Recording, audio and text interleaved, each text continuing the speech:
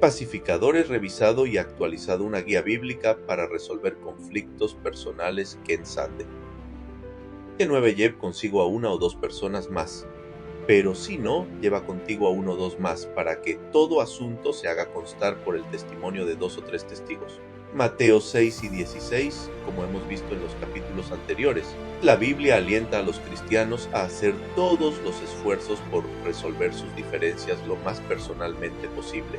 Si tomamos de la gracia de Dios y seguimos los principios que nos ha dado en la Biblia, podremos resolver la mayoría de los conflictos por nuestra cuenta. Pero a veces necesitamos ayuda. Como vimos en el capítulo 7, hay situaciones en las que conviene conseguir que alguien actúe como intermediario aún antes que comencemos a hablar con la otra persona. En otros casos, si no podemos resolver nuestras diferencias en privado, tal vez necesitemos pedir a uno o más amigos, líderes de iglesia respetados u otras personas piadosas e imparciales para ayudarnos a ser reconciliados. Jesús mismo estableció el marco para buscar ayuda de otros para resolver un conflicto. Si tu hermano peca contra ti, ve a solas con él y hazle ver su falta. Si te hace caso, has ganado a tu hermano. Pero si no, lleva contigo a uno o dos más, para que todo asunto se haga constar por el testimonio de 2 o 3 testigos. Si se niega a hacerles caso a ellos, díselo a la iglesia, y si incluso a la iglesia no le hace caso, trátalo como si fuera un incrédulo o un renegado. Les aseguro que todo lo que ustedes aten en la tierra quedará atado en el cielo, y todo lo que desaten en la tierra quedará desatado en el cielo. Además les digo que si 2 de ustedes en la tierra se ponen de acuerdo sobre cualquier cosa que pidan, les será concedida por mi Padre que está en el cielo. Porque donde 2 o 3 se reúnen en mi nombre, allí estoy yo en medio de ellos. Mateo 6 y 15, 20. En este pasaje Jesús nos enseña cómo ministrar a otro cristiano sorprendido en el pecado. Dado que un conflicto prolongado generalmente involucra el pecado, este pasaje se aplica directamente a la pacificación. En este capítulo recorreremos el proceso paso a paso para ver cómo aplicarlo cuando busque restaurar a una persona a una relación correcta con Dios y otras personas. El proceso de Mateo 18, un principio general que se enseña en Mateo 18, es que debemos intentar mantener el círculo de personas involucradas en un conflicto lo más reducido posible, el mayor tiempo posible. Si podemos resolver una disputa personalmente y privadamente, debemos hacerlo. Pero si no podemos arreglar los temas por nuestra cuenta, debemos buscar ayuda de otras personas, ampliando el círculo solo lo que sea necesario para lograr el arrepentimiento y la reconciliación. Esta es una de las grandes bendiciones de pertenecer a la iglesia. Cada vez que no puede manejar un problema o conflicto por su cuenta, puede recurrir al cuerpo de Cristo en busca de orientación y ayuda. Este proceso de involucrar a otros puede implicar 5 pasos. Primer paso: pase por alto ofensas menores antes de pensar en involucrar a otros en un conflicto. Es prudente repasar los pasos que usted puede dar para resolver una disputa en privado. Para comenzar, evalúe cómo usted puede usar la situación como una oportunidad para glorificar a Dios, servir a los demás y crecer según la imagen de Cristo. Luego, considere seriamente resolver la disputa unilateralmente, pasando por alto las ofensas menores y renunciando a ciertos derechos personales. Segundo paso: hable en privado si usted ha agraviado a alguien. Dios lo llama a ir a la otra persona para pedir perdón. Si alguien ha cometido un agravio que es demasiado serio como para pasar por alto, es responsabilidad de usted ir a la otra persona y mostrarle su falta, haciendo todos los esfuerzos para resolver temas personales y promover la reconciliación genuina. O si está tratando con temas materiales que son demasiado importantes como para dejar de lado, usted puede intentar llegar a un acuerdo a través de la negociación.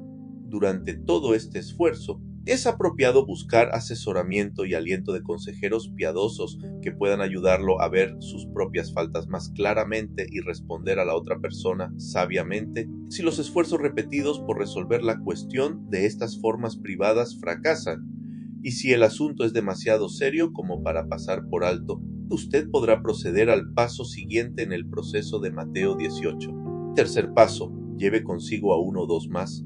Si una disputa no puede ser resuelta en privado, Jesús nos dice que pidamos a otras personas que participen. Pero si no, lleva contigo a uno o dos más, para que todo asunto se haga constar por el testimonio de 2 o 3 testigos. Pablo da la misma instrucción en Filipenses 4:3. En algunos casos, los demás podrán servir como intermediarios, yendo de una parte a otra para promover el entendimiento. Sin embargo, en la mayoría de los casos actuarán inicialmente como mediadores, reuniéndose con ambas partes simultáneamente para mejorar la comunicación y ofrecer consejería bíblica. De ser necesario, podrían llegar a servir como árbitros y brindar una decisión vinculante sobre cómo resolver la cuestión. Hay dos formas en que las personas ajenas al conflicto pueden llegar a involucrarse en una disputa: de mutuo acuerdo. Si usted y su oponente no pueden resolver una disputa en privado, puede sugerir que ambos pidan a una o más personas imparciales que se reúnan con ustedes en un esfuerzo por facilitar un diálogo más productivo. Estas personas pueden ser amigos comunes, líderes de iglesia, personas piadosas y respetadas de su comunidad, o mediadores o árbitros cristianos capacitados. A efectos de esta discusión, me referiré a todas estas personas como reconciliadores. Si bien la capacitación de reconciliadores puede ser muy beneficiosa, los reconciliadores no necesitan estar capacitados profesionalmente para servir en disputas personales. Más bien, deben ser cristianos sabios y espiritualmente maduros que le merecen respeto y confianza. Si su disputa involucra cuestiones técnicas, es útil si uno o más de los reconciliadores tiene experiencia en esa área. Por ejemplo, si su disputa involucra supuestos defectos en la construcción de un edificio, un arquitecto o constructor experimentados podrían servir como reconciliadores. Asimismo, cuando hay temas legales en juego, es prudente incluir a un abogado. Algunos de los mejores reconciliadores son personas que lo conocen a usted o a su oponente personalmente, o mejor aún, que los conocen a ambos bastante bien. Esta familiaridad no se recomienda en la mediación secular, por temor a que permita parcialidad. Pero si usted está tratando con reconciliadores espiritualmente maduros, este potencial de parcialidad debería ser más que compensado por su compromiso ante Dios de hacer lo justo y lo correcto. De hecho, mi experiencia me ha demostrado que alguien que lo conoce bien tendrá una mayor libertad para ser sincero y franco. Y eso es exactamente lo que usted necesita en un reconciliador. Si su oponente se resiste a su sugerencia de involucrar a otros, explíquele cuidadosamente por qué sería beneficioso hacerlo. Si la persona es cristiana, puede mencionar Mateo 18 y 1 Corintios 6 como bases bíblicas para su sugerencia. Sea que esté tratando o no con otro cristiano, usted puede describir los beneficios prácticos de involucrar a otros: ahorrar tiempo, dinero y energía, evitar publicidad, recibir el beneficio de la experiencia y creatividad de otros. Podría compartir también materiales producidos por Peacemaker Ministries o alentar a su oponente a hablar personalmente con un reconciliador experimentado. Si le da suficiente información y suficiente tiempo para pensarlo, es más probable que la otra persona acepte la participación de un reconciliador por iniciativa propia. Si bien el acuerdo mutuo siempre es preferible, no se requiere realmente si su oponente dice ser cristiano. Mateo 6:16 indica que usted puede pedir ayuda de reconciliadores aun cuando su oponente no lo quiera. Sin embargo, antes de dar este paso es prudente y a menudo beneficioso advertir a su oponente lo que piensa hacer. Por ejemplo, usted podría decir: Roberto, realmente preferiría resolver este tema solo entre nosotros dos. Como esto no ha ocurrido e involucra temas que son demasiado importantes como para dejar de lado, mi única otra opción es obedecer lo que ordena la Biblia, o sea, pedir a personas de nuestras iglesias que ayuden. Preferiría que fuéramos juntos para obtener esa ayuda, pero si no quieres cooperar lo pediré por mi cuenta.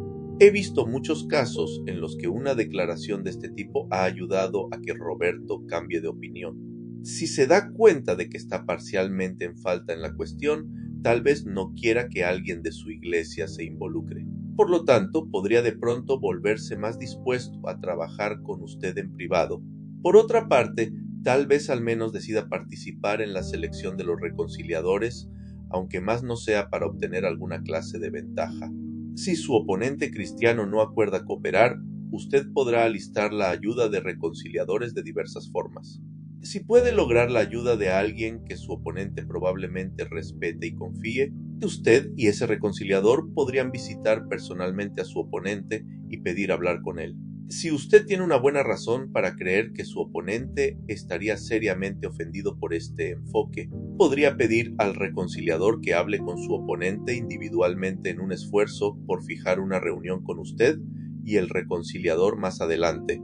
Usted podría contactar la iglesia de su oponente y pedir la ayuda de uno de sus líderes.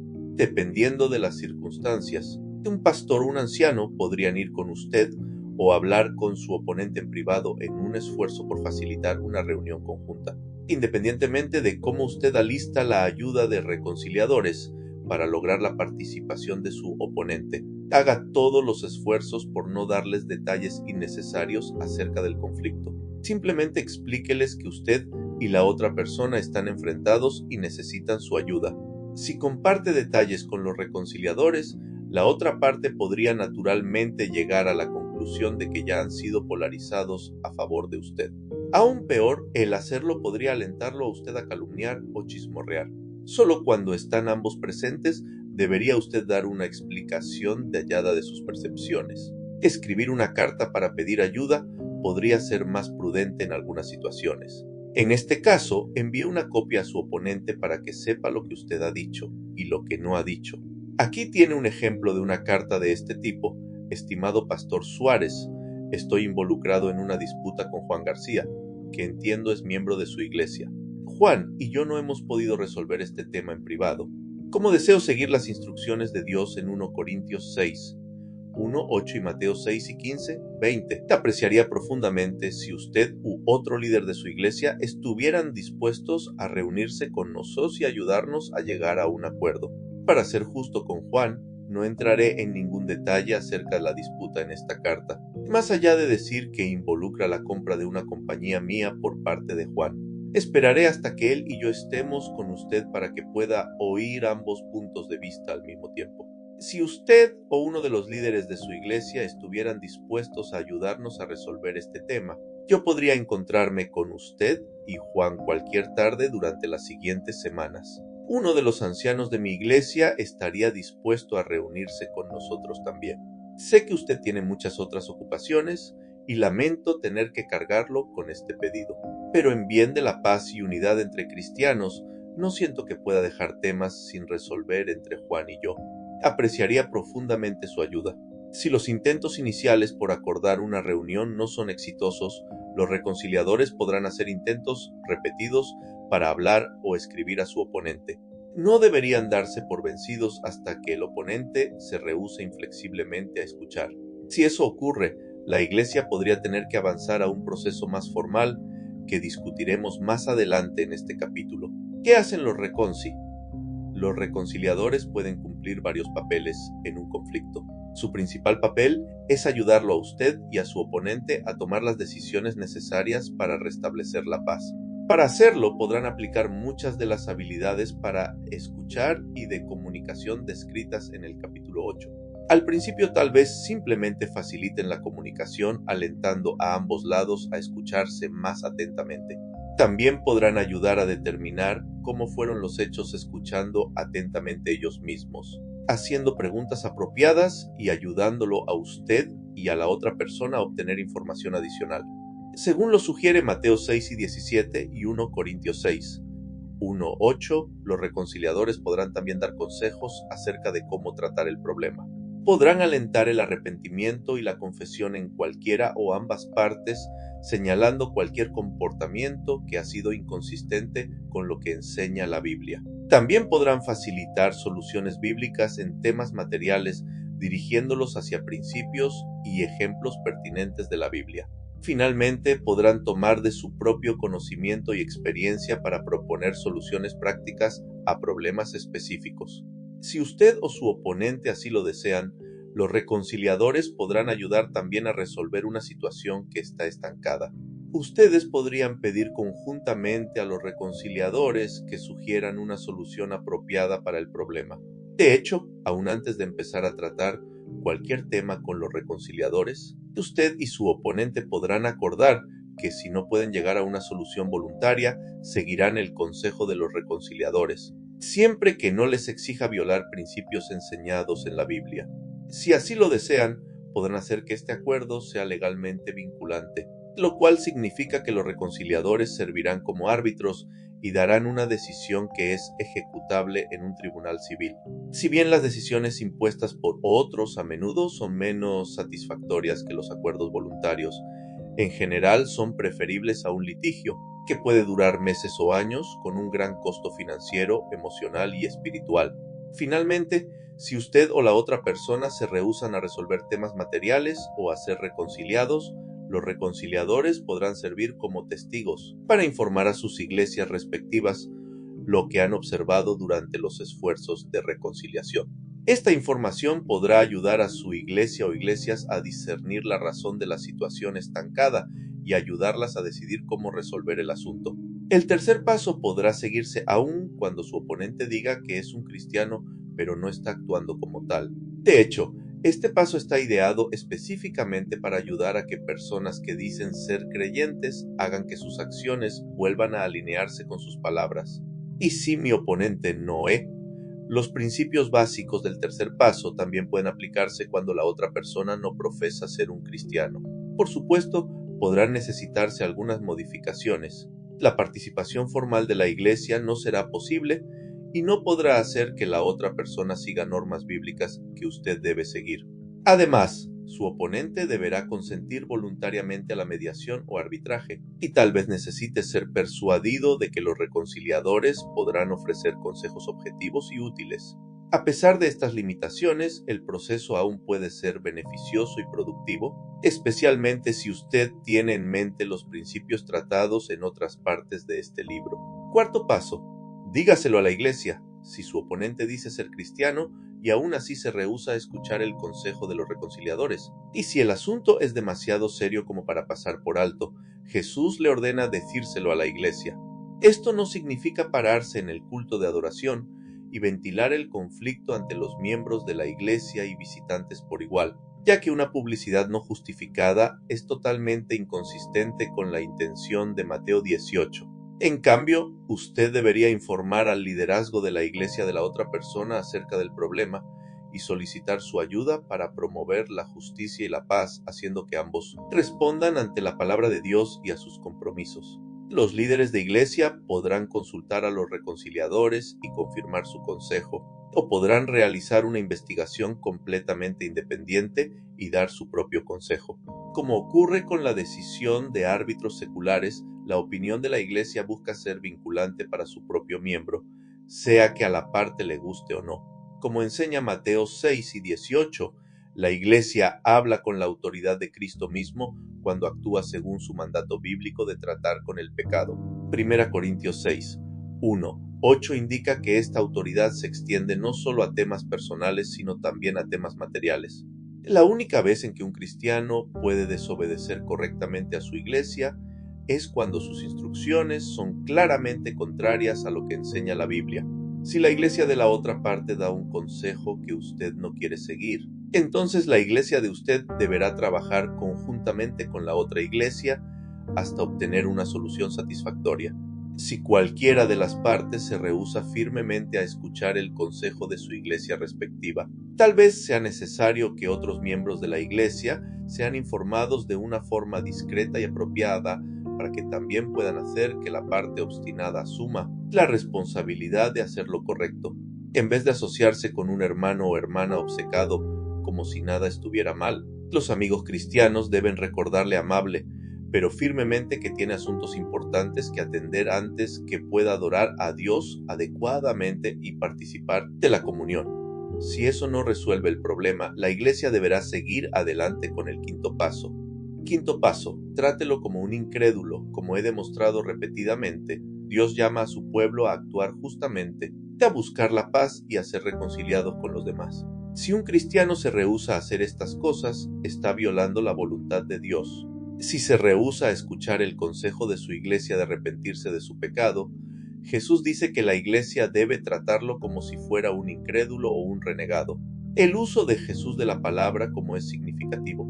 Dado que solo Dios puede conocer el corazón de una persona, la iglesia no tiene ningún poder para decidir si una persona es creyente. En cambio, la iglesia es llamada a tomar solo una decisión funcional. si una persona se comporta como lo haría un incrédulo, no tomando en cuenta la autoridad de la Biblia, y la Iglesia de Cristo debe ser tratada como si fuera un incrédulo. En otras palabras, la Iglesia no debería hacer de cuenta que está todo bien con personas que dicen ser cristianas, pero se rehúsan a escuchar a Dios cuando habla a través de la Biblia y la Iglesia. Tratar a personas que no quieren arrepentirse como incrédulas a veces es la única forma de ayudarlas a entender la seriedad de su pecado. Esto puede lograrse retirándoles varios privilegios de ser miembros, como la comunión, un cargo en la iglesia o enseñar en la escuela dominical, y podría culminar con revocar su condición de miembro por completo si persisten en no querer arrepentirse de su pecado. Pero tratar a otros como incrédulos también significa que aprovechamos cada oportunidad para evangelizarlos. Les recordamos vez tras vez las buenas nuevas de salvación a través de Jesucristo y los instamos a recibir su perdón arrepintiéndose y volviéndose de su pecado. Si están comportándose de una forma que altera la paz de la iglesia, podría ser apropiado excluirlos del predio de la iglesia. En caso contrario, debemos recibirlos en el culto dominical, como hacemos con los incrédulos. Pero en vez de hablarles de maneras superficiales, debemos recordarles amable y repetidamente acerca del Evangelio e instarlos a arrepentirse de sus faltas. Este tratamiento está ideado para atraer convicción a personas obstinadas, con el propósito de que se alejen de sus caminos pecaminosos y ser restaurados a la comunión con Dios y otros creyentes. Tratar a alguien como un incrédulo cumple 3 propósitos importantes. Primero, revocar la membresía de la persona en la iglesia impide que el Señor sea deshonrado si esa persona sigue actuando abiertamente de formas pecaminosas. Segundo, otros creyentes están protegidos de ser descarriados por un mal ejemplo o un comportamiento divisivo. Tercero, tratar a otra persona como incrédula podrá ayudar a la persona rebelde a darse cuenta de la seriedad de su pecado, alejarse de él y ser restaurada a Dios. Este tercer propósito vale la pena ser repetido. La intención de tratar a otros como incrédulos no es causarles daño o castigarlos, sino más bien ayudarlos a ver la seriedad de su pecado y su necesidad de arrepentimiento. Jesús amaba a las personas atrapadas en el pecado lo suficientemente como advertirles acerca de su condición pecaminosa y sus consecuencias, y para instarlas a arrepentirse. La Iglesia no debería hacer menos que esto. Muchos cristianos se resisten a esta enseñanza. Algunas iglesias ignoran o se rehúsan a implementar Mateo 6 y 17, aun cuando la Biblia enseña que Dios considera la rendición de cuentas y la disciplina como un acto de amor y un medio importante para restaurar a sus ovejas errantes y proteger a su pueblo de ser descarriado por ejemplos pecaminosos. Hijo mío, no desprecies la disciplina del Señor, ni te ofendas por sus reprensiones, porque el Señor disciplina a los que ama, como corrige un padre a su hijo querido. Cuando ignora esta enseñanza, una iglesia no solo está desobedeciendo órdenes específicas de Jesús, sino que no está enfrentando la seriedad del pecado y sus consecuencias. Como escribe Dietrich Bonhoeffer, nada es tan cruel como la ternura que consigna a otra persona a su pecado. Nada puede ser más compasivo que la severa reprimenda que llama a un hermano a alejarse de la senda del pecado. Considere esta analogía. Cuando un paciente tiene cáncer, no es fácil para su médico decírselo, porque es una verdad dolorosa de escuchar y difícil de soportar. Aún así, cualquier médico que diagnostica un cáncer pero no se lo informa al paciente sería culpable de mala praxis. Después de todo, un paciente solo puede ser tratado adecuadamente una vez que se ha identificado la enfermedad. El pecado funciona de la misma forma. Si se lo deja sin diagnosticar y sin tratar, causa un dolor y un deterioro espiritual crecientes. La Iglesia tiene la responsabilidad tanto de promover la paz y la unidad como de ayudar a los creyentes a desembarazarse de los terribles efectos del pecado. Tratar a alguien como un incrédulo es un paso serio y doloroso, pero es también un acto de obediencia a Dios y un remedio amoroso para la persona atrapada en el pecado. Esta verdad quedó ilustrada poderosamente cuando un hombre le dijo a su esposa que iba a iniciar un juicio por divorcio e iba a mudarse a vivir con otra mujer. Cuando la esposa no pudo disuadirlo, fue a su pastor en busca de consejo. Él le dio varias sugerencias sobre cómo persuadir a su esposo para que cambie de opinión o al menos viniera a verlo para consejería. Nada de lo que ella le dijo a su esposo los días siguientes lo disuadió, y él comenzó a empacar sus cosas. En desesperación, ella volvió al pastor y le pidió que hablara con su esposo. Al principio, el pastor no quiso tomar un papel activo, diciendo que no quería asustarlo y que dejara de asistir a la iglesia.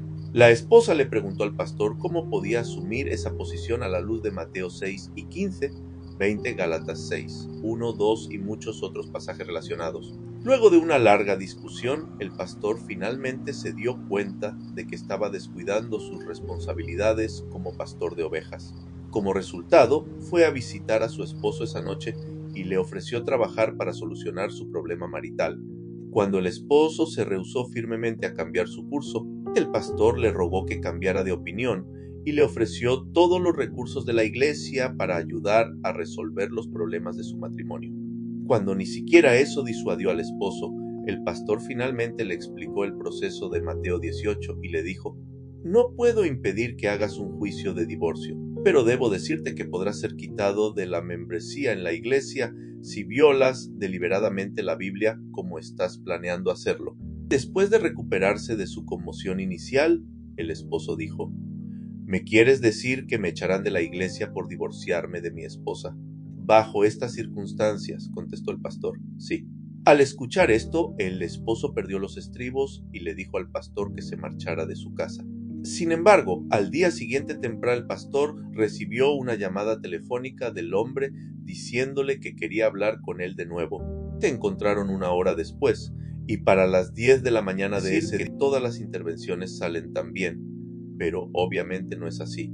Aún así, sé de muchos matrimonios que están juntos hoy porque las iglesias obedecieron la enseñanza de Jesús en Mateo 6 y 15, 20. Lo más importante es que, aun en aquellos casos en que una parte siguió un curso pecaminoso a pesar de los esfuerzos por hacer que rinda cuentas, las iglesias al menos sabían que habían sido fieles al Señor. Esta fidelidad puede aumentar considerablemente el respeto que tienen los miembros de la iglesia por sus líderes y por la Biblia. Al mismo tiempo, envía el mensaje de que el pecado voluntario no será pasado por alto ligeramente, y esto alienta a otras personas de la iglesia a trabajar para solucionar sus problemas de una forma bíblicamente fiel. ¿Es momento de acudir a los tribunales? Cuando una disputa con otro cristiano no puede ser resuelta aún mediante la intervención de su iglesia o sus iglesias, solo le quedan unas pocas opciones. Una sería dejar el asunto y renunciar a todo reclamo que tenga contra la otra persona, lo cual podría ser lo mejor en algunas situaciones. Otra sería tratar de persuadir a su oponente para que acepte alguna otra forma de resolución de disputas alternativa. Una tercera opción sería presentar una demanda legal. Dado que la Biblia en general prohíbe a los cristianos presentar demandas unos contra otros en tribunales civiles, uno no debería hacerlo a menos que haya agotado todos los demás remedios y haya evaluado cuidadosamente el costo de pasar al litigio. En el anexo D, usted encontrará una discusión detallada sobre cómo evaluar si es aconsejable el litigio en diversas situaciones. El mundo necesita reconciliadores. Si usted piensa en los últimos 6 meses de su vida, tal vez pueda pensar en varias personas de su familia, iglesia o lugar de trabajo que han tenido dificultades para resolver conflictos. En la mayoría de los casos, tal vez solo hubieran necesitado que alguien les explique brevemente algunos de los principios básicos de pacificación descritos en este libro. En otras situaciones, hubiera sido útil tener a otra persona que se sentara con ambos lados del conflicto y los ayudara a entenderse, a reconocer y perdonar ofensas personales y a alcanzar un acuerdo sobre temas materiales. En otras palabras, necesitaban un reconciliador para ayudarlas a recorrer el proceso descrito arriba. Tal vez Dios lo esté llamando a aprender a ser un reconciliador. De ser así, la capacitación para reconciliadores podrá ayudarlo a desarrollar destrezas de comunicación, consejería y mediación que usted podrá usar para guiar a otras personas a través del conflicto. Usted puede usar estas destrezas en un nivel personal para servir a amigos, familiares o compañeros de trabajo que están luchando con los conflictos normales de la vida cotidiana. Si es un líder de iglesia o de un ministerio, usted puede enseñar y ayudar a miembros de su iglesia a resolver sus diferencias bíblicamente. Y si es un gerente o un profesional, las destrezas de reconciliación pueden mejorar su capacidad para dirigir a empleados o clientes a través del conflicto de una forma constructiva. Si le gustaría aprender más acerca de cómo ser un reconciliador, lo aliento a leer Guiding People Through Conflict, un cuadernillo que brinda una introducción a las destrezas básicas del reconciliador. El anexo E describe el programa de capacitación para reconciliadores de Peacemaker Ministries, y hay aún más información disponible en nuestro sitio web. Al estudiar esta información, también podría estar pensando en otras personas de su iglesia que parecen tener un don para la pacificación y se podrían beneficiar de una capacitación adicional. La iglesia y el mundo necesitan más reconciliadores, así que por favor ore para ver si Dios lo está llamando a mejorar sus destrezas y servirlo guiando a otros a través del conflicto. ¿Cómo desarrollar una cultura de paz en su iglesia? Agradezco a Dios porque cada vez hay más iglesias que están dedicadas y preparadas para ayudar a sus miembros a seguir el proceso descrito en este capítulo. Han construido un entorno en el que hay personas capacitadas y ávidas por resolver conflictos y reconciliar relaciones de una forma que refleje claramente el amor y el poder de Jesucristo. Este entorno, que yo llamo una cultura de paz, tiene las siguientes características. Visión. La iglesia está ávida por dar gloria a Dios, demostrando el amor y el perdón reconciliadores de Jesucristo. Por lo tanto, considera la pacificación como una parte esencial de la vida cristiana. Capacitación. La iglesia sabe que la pacificación no surge naturalmente, así que capacita deliberadamente tanto a sus líderes como a sus miembros para que respondan a los conflictos bíblicamente en todas las áreas de la vida. Ayuda. Cuando los miembros no pueden resolver disputas privadamente, la iglesia los ayuda a través de reconciliadores capacitados internamente, aun cuando los conflictos involucren temas financieros, laborales o legales. Perseverancia. Así como Dios nos busca a nosotros, la iglesia trabaja duro y parejo para restablecer relaciones rotas, especialmente cuando hay un matrimonio en juego y aun cuando haya abogados involucrados. Rendición de cuentas. Si los miembros se rehúsan a escuchar la corrección privada, los líderes de la iglesia se involucran directamente para hacer que los miembros rindan cuentas ante la Biblia y para promover el arrepentimiento, la justicia y el perdón. Restauración. Queriendo imitar la asombrosa misericordia y gracia de Dios, la iglesia perdona de buen grado y restaura plenamente a miembros que se han arrepentido genuinamente de pecados serios y embarazosos. Estabilidad. Como las relaciones son valoradas y protegidas, los líderes sirven productivamente año tras año y los miembros ven a la iglesia como su hogar de largo plazo. Testimonio. Los miembros son equipados y estimulados para practicar la pacificación tan abiertamente en su vida cotidiana que los demás lo notarán. Les preguntarán por qué lo hacen y escucharán acerca del amor de Cristo. Una cultura de paz ayuda a preservar matrimonios y las demás relaciones. También reduce el conflicto, la rotación de miembros y la exposición a la responsabilidad legal. Lo mejor de todo es que mejora el testimonio evangelístico de la iglesia. Para más información sobre cómo desarrollar esta clase de cultura en su iglesia, lea el anexo F. Espero que su iglesia se una a la cantidad creciente de iglesias que están experimentando estos beneficios al equipar y ayudar a sus integrantes a responder al conflicto bíblicamente. Resumen y aplicación por la gracia de Dios. La mayoría de los conflictos entre cristianos pueden ser resueltos hablando personalmente y privadamente con alguien que lo ha ofendido. Cuando los esfuerzos personales no tienen éxito, Jesús nos ha dado un procedimiento simple pero eficaz para involucrar a otras personas que podrán promover la comprensión y el acuerdo. Cuando esta participación se lleva a cabo con oración, sabiduría y dependencia del poder del Evangelio, Dios se complace en usar nuestros esfuerzos para promover arreglos justos y preservar relaciones que de otra forma se habrían perdido.